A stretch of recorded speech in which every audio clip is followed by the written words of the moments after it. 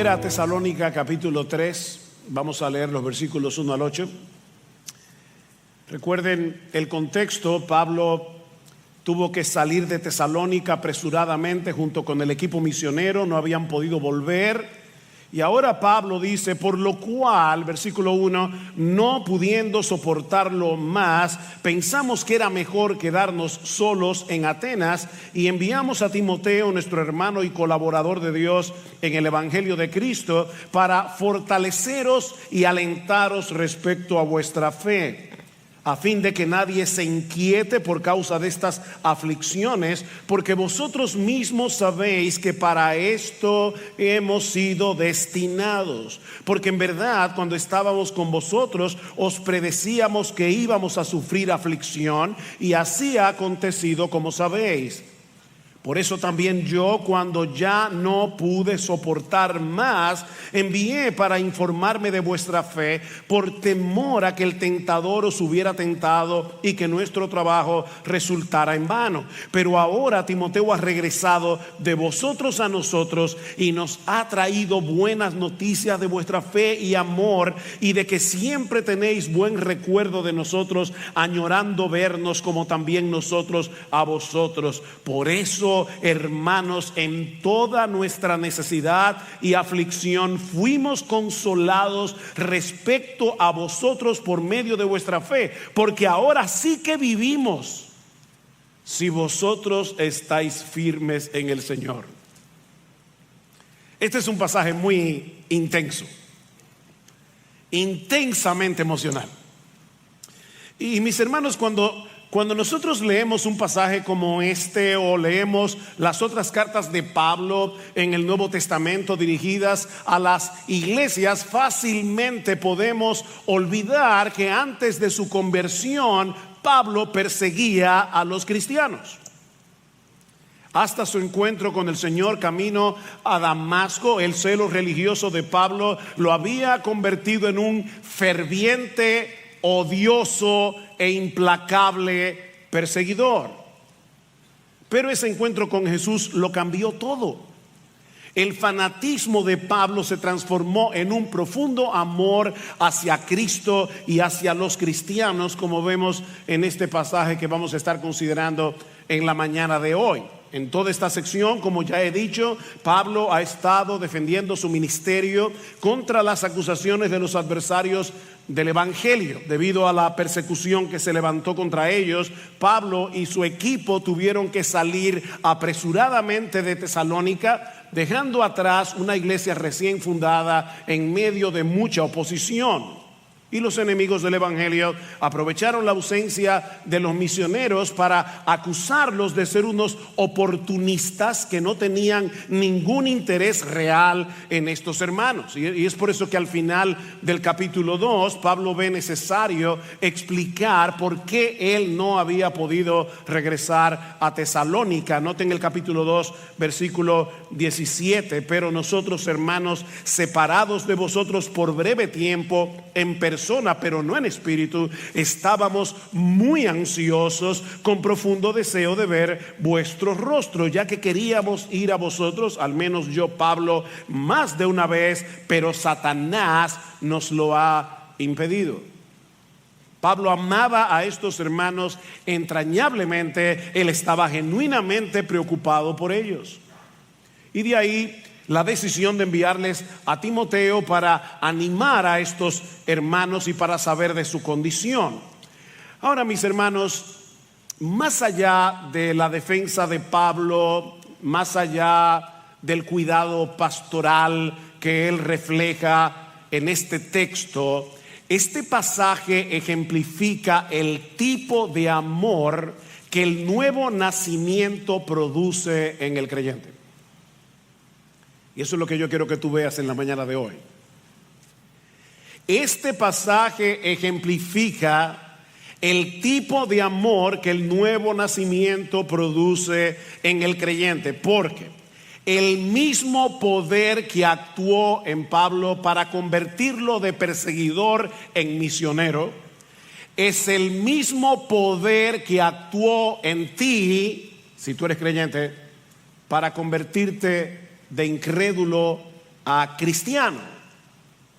Es el mismo que actuó en nosotros en el nuevo nacimiento, dándonos una nueva naturaleza que es capaz de amar a los demás.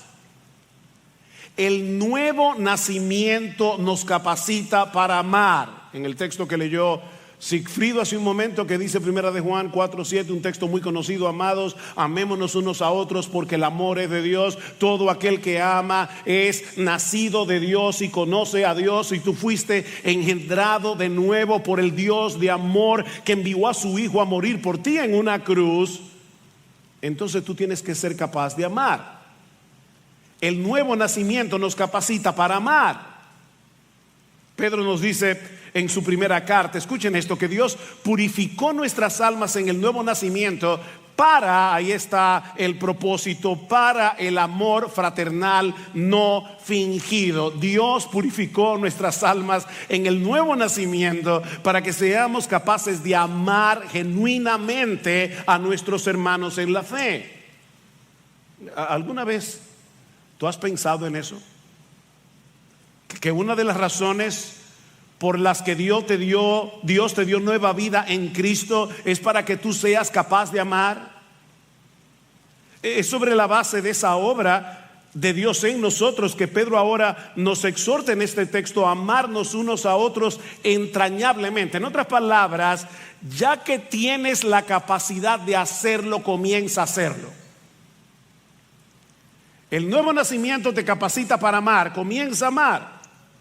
Y en el pasaje que vamos a considerar en esta mañana, nosotros vemos en Pablo y en Timoteo dos ejemplos concretos de cómo luce ese amor cristiano en la práctica. Un amor que no solo debe manifestarse en el cuidado de los pastores, o en este caso de los misioneros, hacia los creyentes, sino también entre los creyentes entre sí, como veremos en un momento. Y hay al menos 4 cosas que aprendemos en este pasaje de lo que el amor cristiano produce en el creyente. Y la primera es una preocupación genuina por el bienestar espiritual de nuestros hermanos en la fe. ¿Qué produce el amor? Una preocupación genuina por el bienestar espiritual de nuestros hermanos. Vean otra vez el versículo 1. Por lo cual, no pudiendo soportarlo más. Y luego en el versículo 5. Por eso también yo, cuando ya no pude soportarlo más. Pablo estaba angustiado por estos hermanos, temiendo que el diablo aprovechara la persecución para desanimarlos o incluso para llevar a algunos a renegar del cristianismo. Vean una vez más el versículo 5. Por eso también yo, cuando ya no pude soportar más, envié para informarme de vuestra fe, por temor a que el tentador os hubiera tentado y que nuestro trabajo resultara en vano. ¿Vieron eso, hermanos? Pablo temía por estos hermanos. Ahora, aquí es necesario aclarar que Pablo creía en la seguridad de salvación.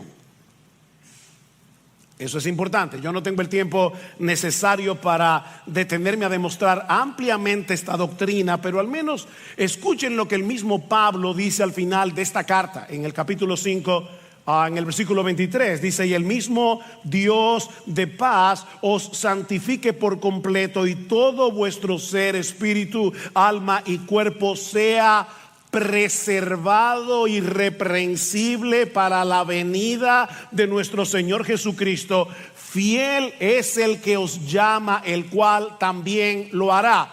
Pablo creía en la seguridad de salvación. En Filipenses capítulo 1 versículo 6 dice Pablo que el que comenzó en nosotros la buena obra, él mismo la perfeccionará hasta el día de Jesucristo. Mis hermanos, ningún creyente verdadero se puede perder, porque es la justicia de Cristo la que nos absuelve en el tribunal de Dios, y porque el mismo Cristo nos tiene aferrados a Él de tal manera que nadie puede arrebatarnos de su mano. Juan 10:28. Ahora, hay 2 cosas que debemos tomar en cuenta al hablar del tema de la seguridad de salvación. Y es la razón por la que Pablo tiene este temor. La primera es que no todo el que dice ser cristiano realmente lo es.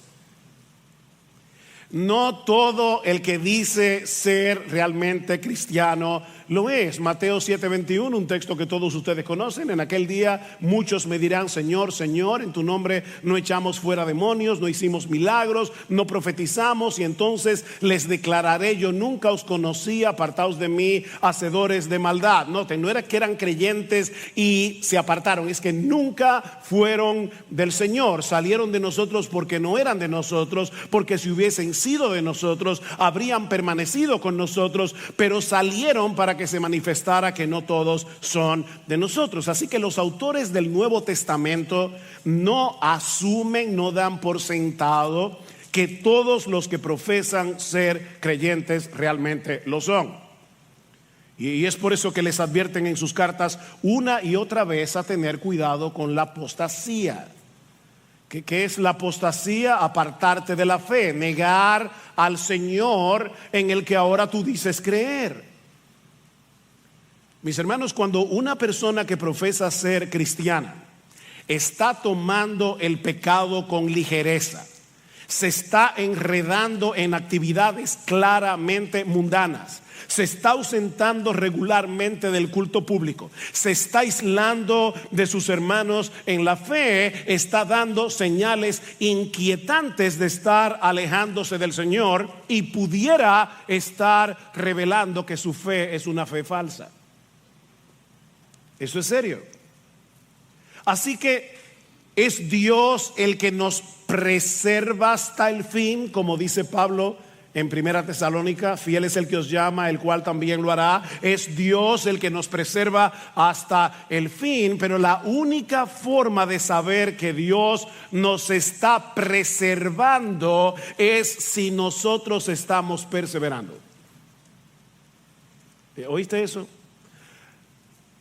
Mis hermanos, ¿quién es que da la fe? Es Dios que da la fe.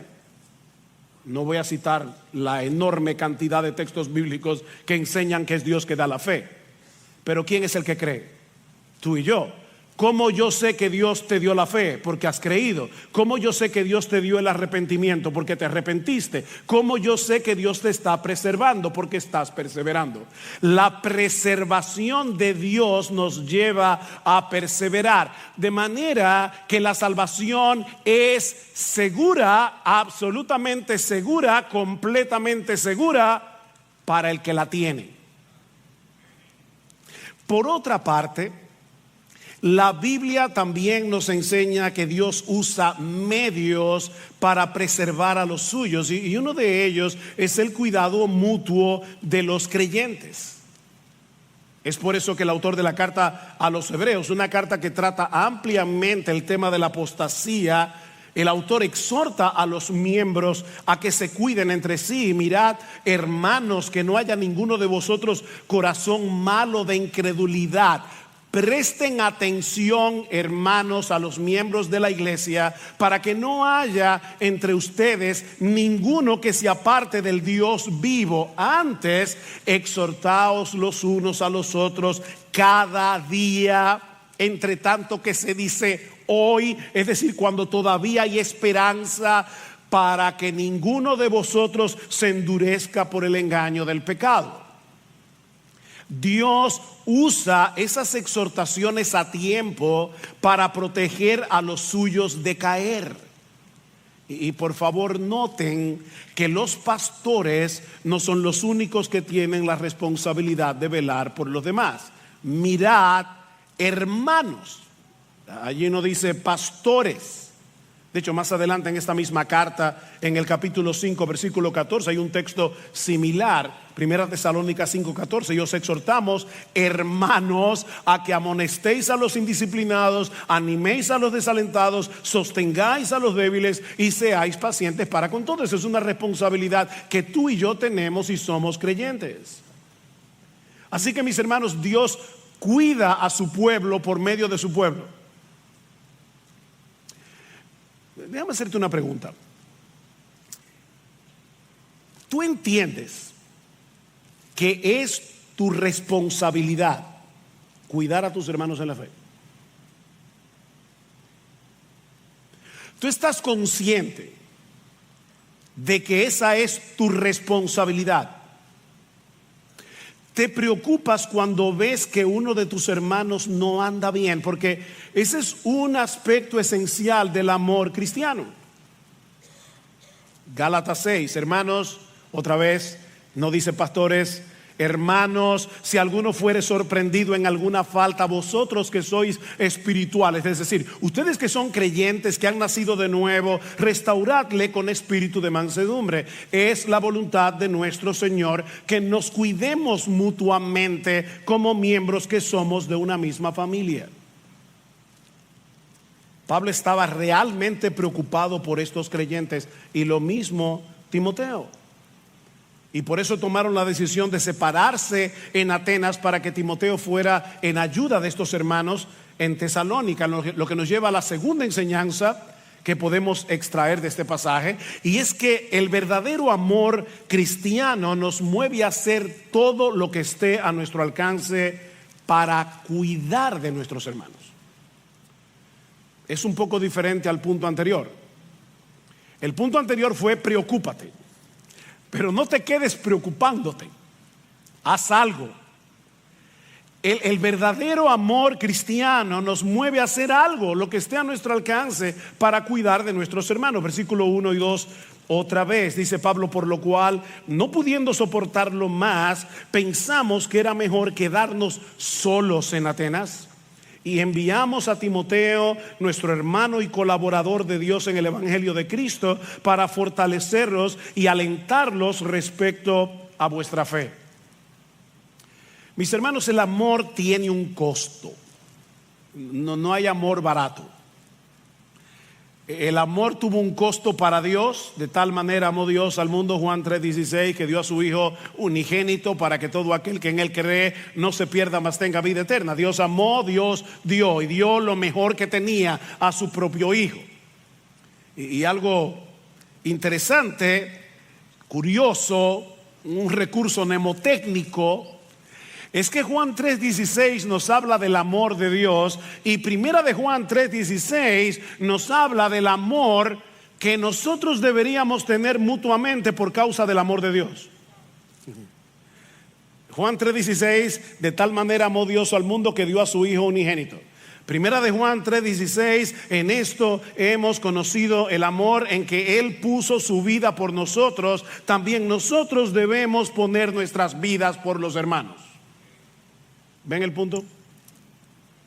Somos los hijos amados de Dios, que ahora debemos andar en amor. Y no debemos amar de palabras y de lengua, como dice Juan 2 versículos más abajo, sino de hecho y en verdad. Bueno, en el caso de Pablo, el costo fue quedarse solo en Atenas para que Timoteo fuera en ayuda de estos hermanos en Tesalónica. Ahora, puede ser que para algunos este desprendimiento no le parezca la gran cosa. Después de todo, ¿verdad? Pablo era lo suficientemente mayorcito como para quedarse solo en Atenas. Pero no debemos olvidar que Pablo era un hombre sumamente relacional, acostumbrado a trabajar en equipo y con una serie de debilidades físicas que hacían más difícil hacer la obra sin ningún tipo de ayuda. Y el ministerio de Pablo en Atenas había sido todo un reto para él. Así que a Pablo le costó desprenderse de Timoteo. De hecho, la palabra que se usa en el versículo 1, decidimos quedarnos solos, da la idea de alguien que se ha quedado desamparado. De hecho, en el Nuevo Testamento se usa para hablar de una mujer que se ha quedado viuda. Mis hermanos, la decisión de desprenderse de un hombre como Timoteo no había sido para Pablo nada fácil. Noten lo que Pablo dice de él en el versículo 2: nuestro hermano y colaborador de Dios en el Evangelio de Cristo. Timoteo era ese tipo de hombre que todo pastor, todo misionero quisiera tener a su lado para hacer la obra del ministerio. pero el bienestar espiritual de estos hermanos era más importante que su comodidad. De hecho, para el mismo Timoteo había sido una decisión difícil. Timoteo era un hombre joven, enfermizo, tímido, y esta era la primera vez que Timoteo debía ir solo a una misión, sin tener la menor idea de lo que se iba a encontrar en Tesalónica. Así que la decisión no fue fácil ni para Pablo ni para Timoteo. ¿Y cuál era la misión? Fortalecer y alentar a estos hermanos y traerle un reporte a Pablo de la condición en que se encontraban. Noten el versículo 2: enviamos a Timoteo, nuestro hermano y colaborador de Dios en el Evangelio de Cristo, para fortaleceros y alentaros respecto a vuestra fe. Esta palabra fortalecer es una palabra que todos los ingenieros conocen. Significa literalmente afianzar. Se usa 3 veces en el capítulo, en el versículo 2, en el versículo 8 y en el versículo 13. Significa literalmente colocar un contrafuerte. Ingenieros, ¿para qué se colocan los contrafuertes en las edificaciones? Para que las paredes no se muevan por el viento o cuando hay movimientos de tierra. Bueno, fue precisamente para eso que Timoteo fue enviado a Tesalónica. Él debía ayudar a estos hermanos a resistir contra toda presión que pudiera minar su fe. Ahora, de nuevo, mis hermanos, vemos aquí la misteriosa interacción entre la obra de Dios y la nuestra. Déjenme hacerles una pregunta. En última instancia, ¿quién es el que fortalece la fe de los creyentes? Es Dios. Vean, de hecho, los versículos 12 y 13 del capítulo 3. Pablo pide que el Señor os haga crecer y abundar en amor unos para con otros y para con todos, como también nosotros lo hacemos para con vosotros, a fin de que Él afirme, ahí está la palabra, afirme vuestros corazones irreprensibles en santidad delante de nuestro Dios y Padre. Es Dios el que fortalece nuestra fe. Me encanta cómo lo dice Pedro al final de la carta, de su primera carta. Dice: después que hayáis sufrido un poco de tiempo, el Dios de toda gracia, que os llamó a su gloria eterna en Cristo, Él mismo os perfeccionará, afirmará, fortalecerá. Aquí está la palabra de Tesalónica. Y Él mismo os establecerá. ¿Quién es el que va a hacer todo eso por nosotros? El Dios de toda gracia, que nos llamó a su gloria eterna en Cristo. Pero otra vez, hermanos, Él lo va a hacer a través de ti y de mí. Óyeme, yo quiero convencerte en esta mañana de que este no es un pasaje meramente biográfico. Yo quiero convencerte en esta mañana que si todo lo que hacemos al final es salir admirando a Pablo por lo mucho que amaba a estos creyentes, no aprendimos nada. Es Dios el que fortalece la fe de los creyentes, y Dios usa hombres jóvenes, tímidos, enfermizos, como Timoteo, o como tú, o como tú, o como tú, para hacer eso en la vida de los hermanos. Dios nos usa a nosotros para que nos fortalezcamos mutuamente y para que nos consolemos mutuamente, como dice el versículo 2. Dice: lo envié a ustedes para que los fortalezca y los aliente, es decir, para que los consuele, para que los anime. Y la idea es la de colocarse al lado de ellos para evitar que fueran sacudidos en medio de tanta presión. Dice: a fin de que nadie se inquiete, a fin de que nadie se perturbe en medio de la persecución. Ahora, ¿cómo debía hacer eso Timoteo? ¿Cómo debes hacerlo tú? Recordándoles que el sufrimiento por causa de Cristo no es una opción para el creyente, ni es algo fuera de lo normal. Timoteo debía fortalecer la fe de estos hermanos, animar a estos hermanos, consolar a estos hermanos, recordándoles que el sufrimiento no es una opción para el cristiano. El sufrimiento no es algo fuera de lo normal.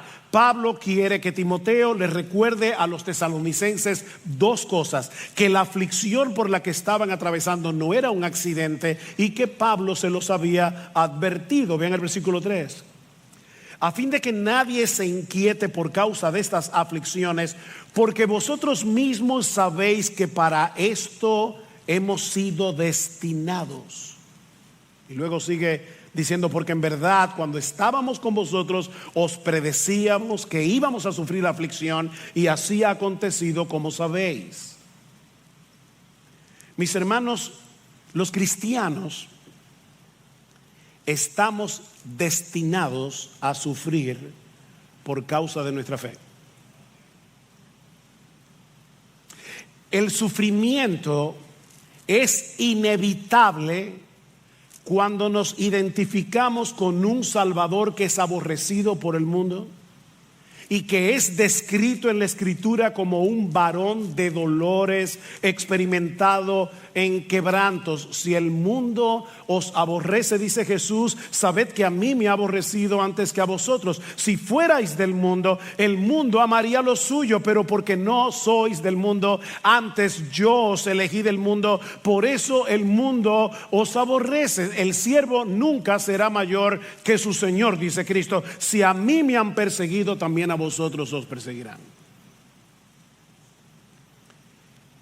El sufrimiento es inevitable para los seguidores de Jesús.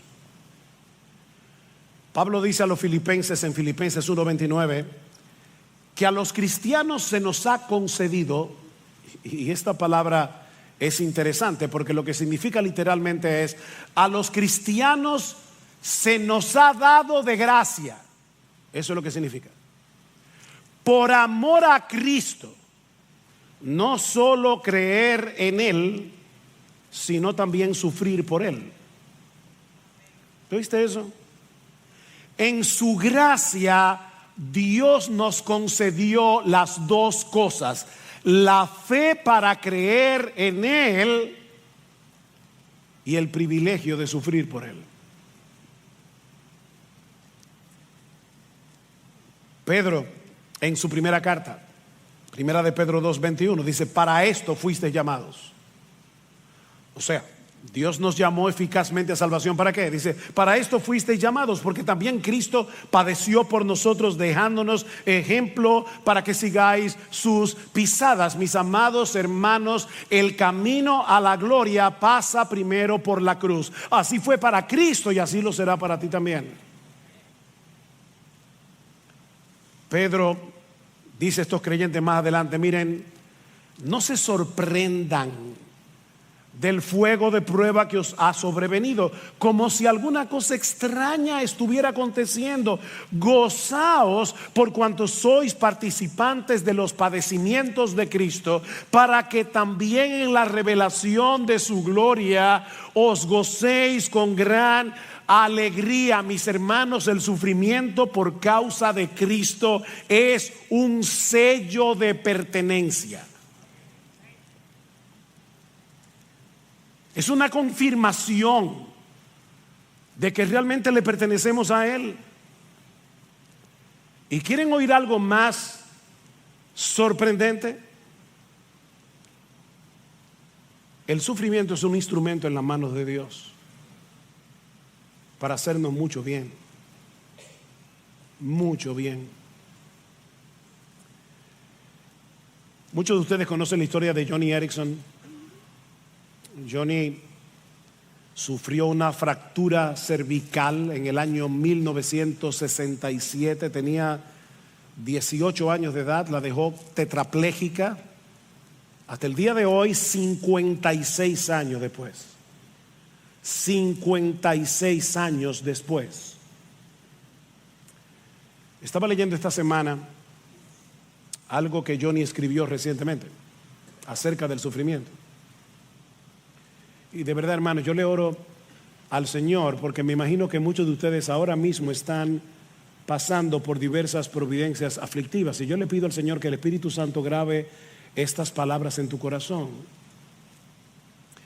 El sufrimiento, dice Johnny, tiene una forma de llevarte más allá de las aguas superficiales de la vida, donde tu fe solo te llega hasta los tobillos y te arroja a las profundidades insondables de Dios. Un lugar donde Jesús es el único que puede tocar fondo. Ahí te arroja el sufrimiento. Y más adelante dice ella en este mismo artículo: tu llamado a sufrir proviene de un Dios tierno, más allá de toda descripción. No malinterpretes los caminos de tu amoroso Señor. Tu dolor, y esta frase me caló profundamente el alma, tu dolor es un lugar de encuentro privado con Dios, un espacio difícil pero personal, donde conocerás sin lugar a dudas el amor más asombroso de Cristo por ti. Es un espacio muy particular de comunión con Dios que no se puede tener si no es en medio de la aflicción.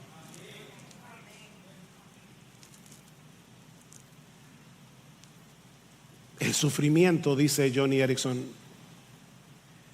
une mi propio vacío con la plenitud de Dios.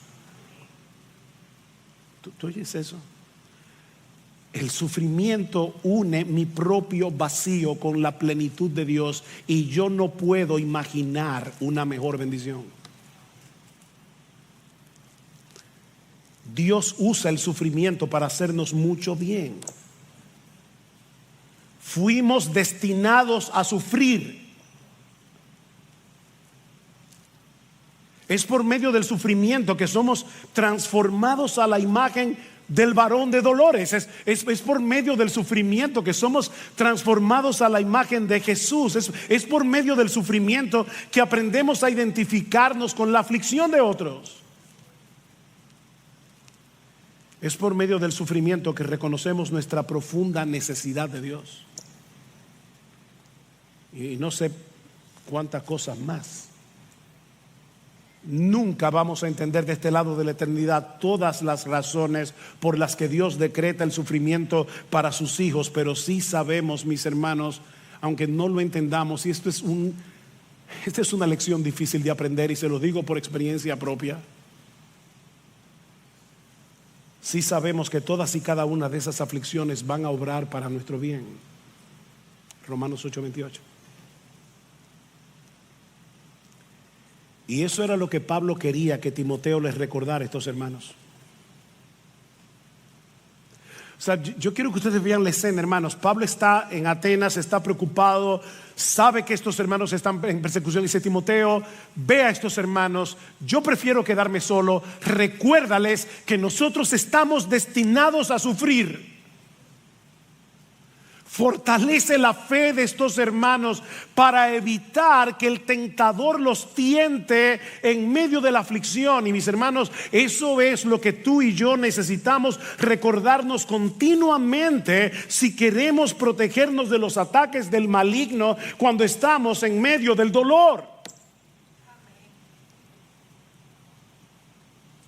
Tú y yo necesitamos esa lección.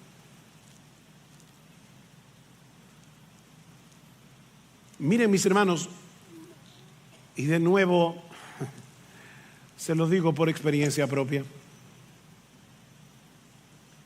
pocas cosas pueden ser más peligrosas que sufrir con una mala teología.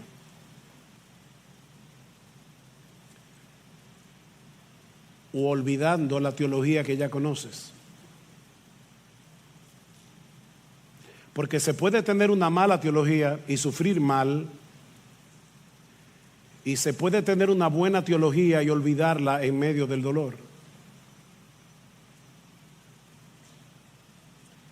El sufrimiento es peligroso, hermanos, cuando se tiene una mala teología Es por eso que los pastores tenemos la responsabilidad de enseñar una correcta teología del sufrimiento. Si queremos pastorear apropiadamente a las ovejas que Cristo compró con su sangre, Pablo les dice en el versículo 4: en verdad, cuando estábamos con vosotros, os predecíamos que íbamos a sufrir aflicción. Íbamos todos. Pablo no está exento. El siervo de Dios, el apóstol de Dios, el misionero de Dios, íbamos a sufrir aflicción. Alguien decía que eso era parte del catecismo para nuevos creyentes en el siglo I. Tan pronto una persona se convertía, le mostraban el precio que iba a tener que pagar por ser un seguidor de Jesús. Dice en Hechos 14:21 que en el segundo viaje misionero, Pablo y Bernabé volvieron a Listra, a Iconio y Antioquía. Ellos habían fundado iglesias anteriormente. En el primer viaje, dice, confirmando los ánimos de los discípulos, exhortándoles a que permaneciesen en la fe. Noten la similitud con el pasaje de Tesalónica. Exhortándoles a que permaneciesen en la fe y diciéndoles: es necesario que a través de muchas tribulaciones entremos en el reino de Dios. Es necesario, esto no es opcional. Los cristianos necesitamos tener una buena teología del sufrimiento. Necesitamos aprender a sufrir bien y ayudar a otros a sufrir bien.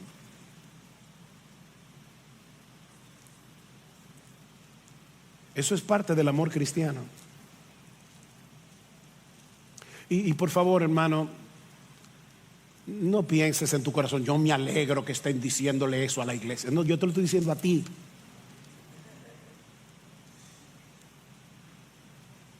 No pienses en el otro. Eres tú el que tiene esa responsabilidad.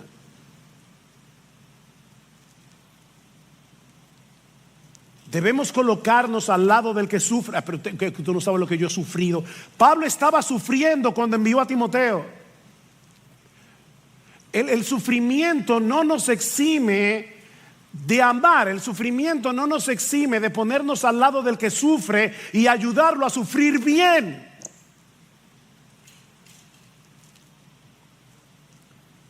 Debemos animar a nuestros hermanos en medio de la aflicción para fortalecer su confianza en el Señor.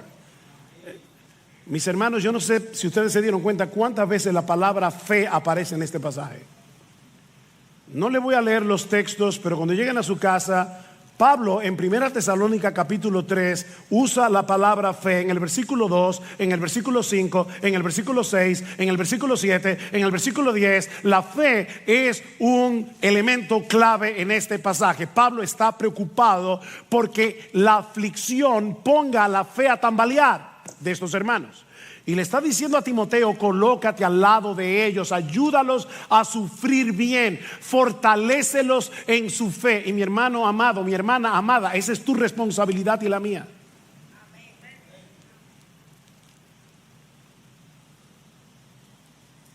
Esa era la misión de Timoteo: instruir a estos hermanos, consolar a estos creyentes para que se mantengan firmes en su fe y para que se mantengan firmes en su amor. Vean el versículo 1 Tesalonicenses 4:18.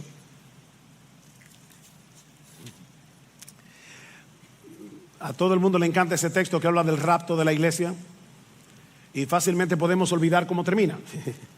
Vamos a llegar ahí, no se preocupen, y vamos a hablar de qué significa ese texto. Pero Pablo dice: por lo tanto, confortaos unos a otros con estas palabras. Ustedes están siendo perseguidos, están siendo presionados. No dejen de confortarse mutuamente. Capítulo 5, versículo 11. Por lo tanto, alentaos los unos a los otros y edificaos el uno al otro, tal como lo estáis haciendo. De hecho, una de las razones por la que nosotros venimos a la iglesia cada domingo, ¿saben para qué es? Es para poder ser mejor equipados con la predicación de la palabra, para ayudar al crecimiento del cuerpo.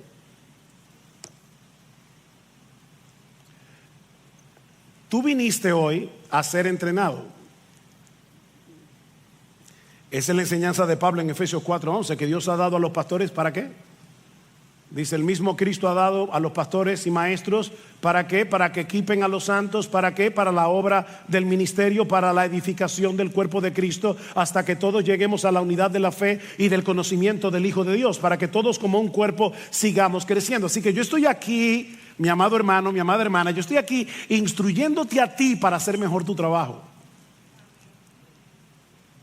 Para eso viniste a la iglesia hoy. Una de las razones. Y no solamente eso, dice en primera en primera de Hebreos. Dice en Hebreos capítulo 10, versículo 23 al 25, que una de las razones por la que no debemos dejar de congregarnos como algunos tienen por costumbre es precisamente para que podamos alentarnos mutuamente. Así que no solamente tú debes venir a la iglesia para ser instruido, para hacer mejor tu trabajo, sino que al mismo tiempo debe venir con la intencionalidad de encontrar a cuál hermano, a cuál hermana es que tú vas a poder ministrarle en la mañana de hoy con la misma palabra con la que tú estás siendo ministrado.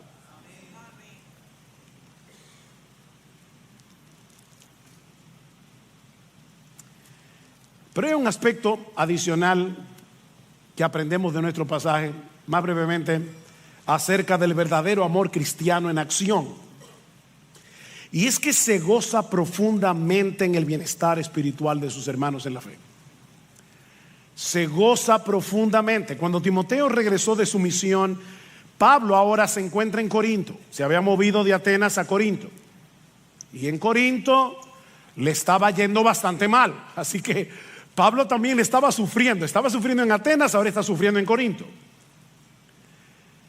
Pero el reporte de Pablo reavivó a Pablo, de Timoteo, perdón, reavivó a Pablo. Versículo 6. Pero ahora Timoteo ha regresado de vosotros a nosotros y nos ha traído buenas noticias. ¿Saben cuál es la palabra que se usa allí? Es la palabra evangelizar. Es la única vez en todo el Nuevo Testamento que se usa la palabra evangelio o evangelizar que no esté relacionada con el evangelio de Cristo. El evangelio es una buena noticia. Pablo está diciendo, Timoteo me trajo un evangelio, me trajo la buena noticia de vuestra fe y amor y de que siempre tenéis buenos recuerdos de nosotros, añorando vernos como también nosotros a vosotros. Por esto, hermanos, en toda nuestra necesidad y aflicción fuimos consolados respecto a vosotros por medio de vuestra fe, porque ahora sí que vivimos. ¿Ustedes oyeron eso? Ahora sí que vivimos si ustedes estáis firmes en el Señor.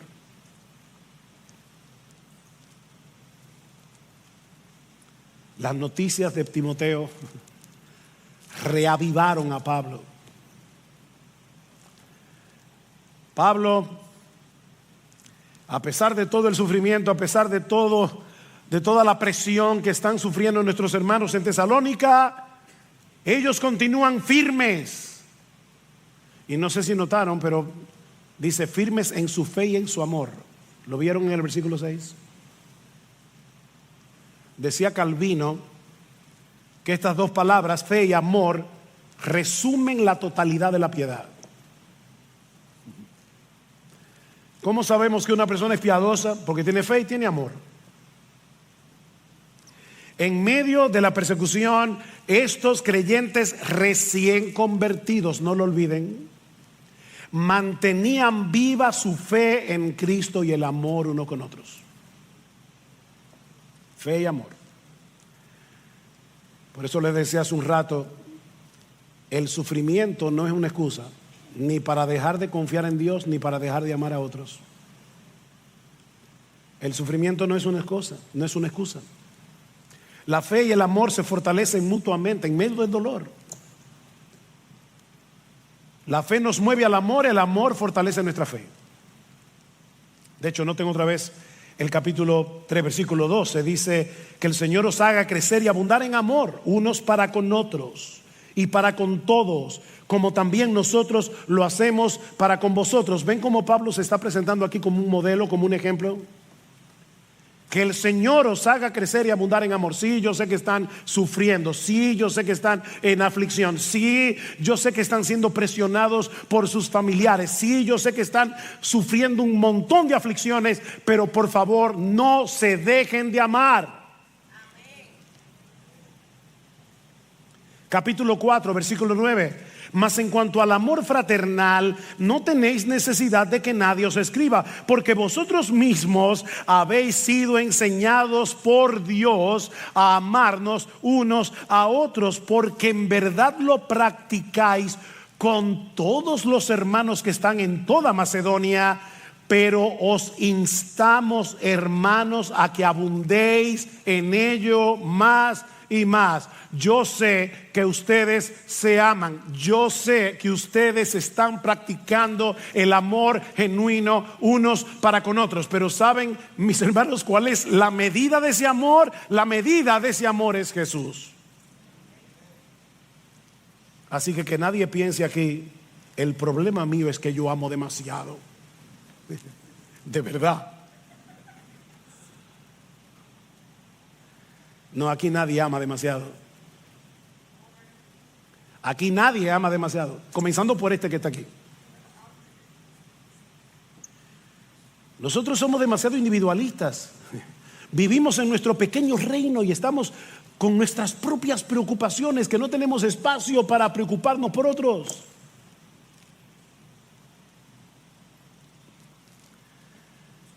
Timoteo le dice a Pablo: Pablo, estos hermanos están bien. Están bien, mantienen la fe y el amor. Y no solo eso, nos recuerdan con cariño. Y alguien puede decir, ¿y eso qué importancia tiene? Oh, hermanos, no olviden que a Pablo y a Timoteo y a Silas los estaban calumniando en Tesalónica, los enemigos del evangelio. Y ellos les están diciendo, Timoteo le está diciendo a Pablo: Pablo, estos hermanos, a pesar de las calumnias, mantienen intacto su amor por nosotros. ¿Y saben qué? Eso era en sí mismo una prueba adicional de que ellos estaban bien espiritualmente. Mira, y Dios sabe que estoy diciendo esto por amor a la iglesia, no sacando ventaja del texto. Llamo a Dios de testigo, pero es mi deber decirlo. Apreciar a los que cuidan de ti espiritualmente es una evidencia de salud espiritual. Es porque estás apreciando tu alma. Y por eso aprecias que alguien cuide de ti, que alguien te predique la palabra, que alguien te predique el evangelio, que alguien te recuerde el amor de Cristo, que alguien te instruya a través de la predicación de la palabra. Y eso es lo que está pasando aquí. La razón por la que Pablo se llena de gozo no era porque Pablo era un egoísta que estaba esperando retorno de su amor. Es que él está pensando en la salud y en la condición espiritual de estos hermanos en Tesalónica. Y cuando Timoteo le dice: Pablo, a pesar de todas las calumnias, estos hermanos te añoran. Ellos recuerdan cómo sacrificialmente tú llegaste a Tesalónica predicándoles el evangelio. Eso llenó de gozo a Pablo. En otras palabras, Pablo está experimentando aquí el sentimiento de Primera de Juan o de Tercera de Juan 4. Nadie tiene mayor gozo que este. ¿Cuál es? El saber que nuestros hijos andan en la verdad. Miren, mis hermanos, para un verdadero pastor, créanme, nada le causa más tristeza que ver a los miembros de su iglesia andando mal. Tú tienes un potencial de herir el corazón de tus pastores. Y ustedes no se imaginan cuánto.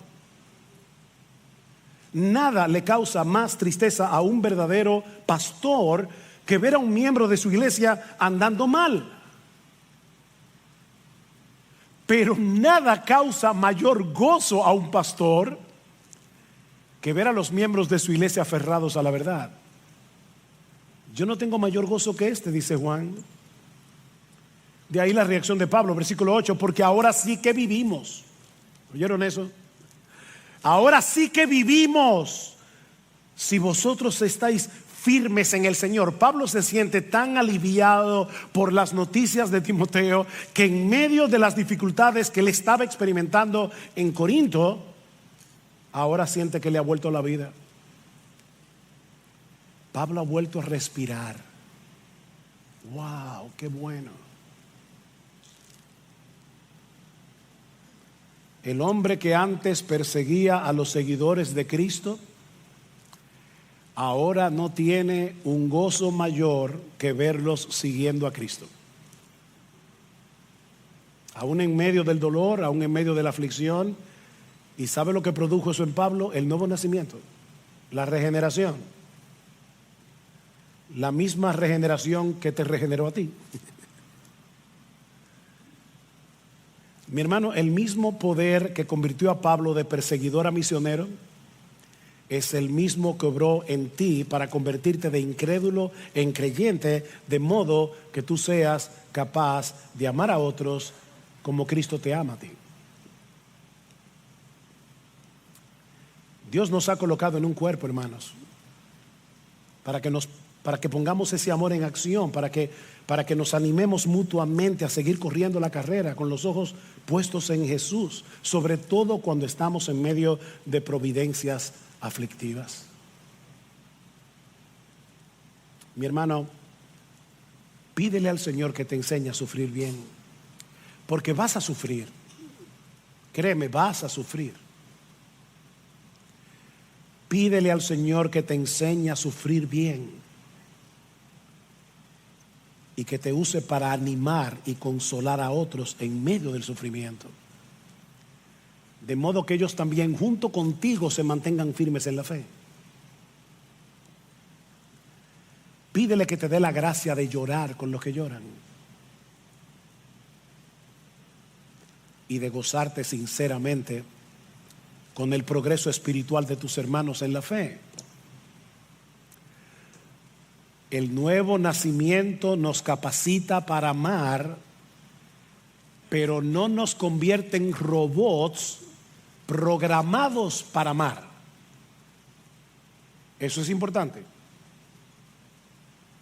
Tú tienes la capacidad, pero ahora es tu decisión salir de tu zona de comodidad para ayudar a otros.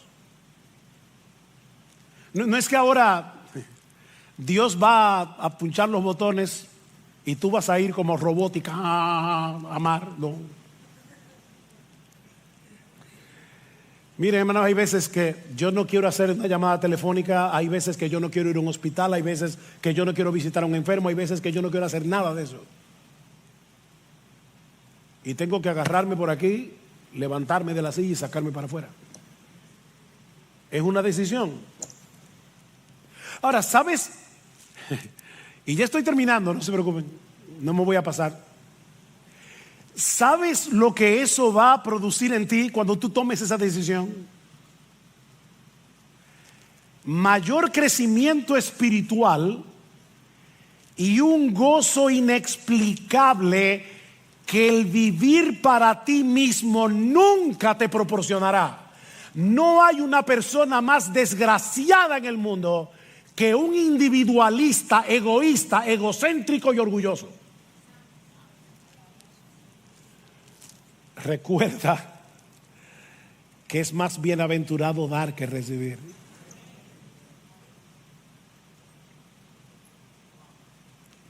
¿Tú quieres encontrar un desgraciado? Busca un egoísta y lo encontrarás cara a cara. Es más bienaventurado dar que recibir. La buena noticia, y esta sí que es una buena noticia, es que el nuevo nacimiento incluye también la morada del Espíritu en nosotros. ¿Qué debemos hacer ahora? Bueno, lo que Pablo describe en Colosenses 2, un pasaje con el que ahora concluyo. Vestíos pues como escogidos de Dios, santos y amados. ¿Ven? Tú fuiste escogido, Dios te santificó, te libró de la esclavitud del pecado. Eres amado de Dios. Vístete así. ¿Y cómo luce esa ropa? De entrañable misericordia, de benignidad, de humildad.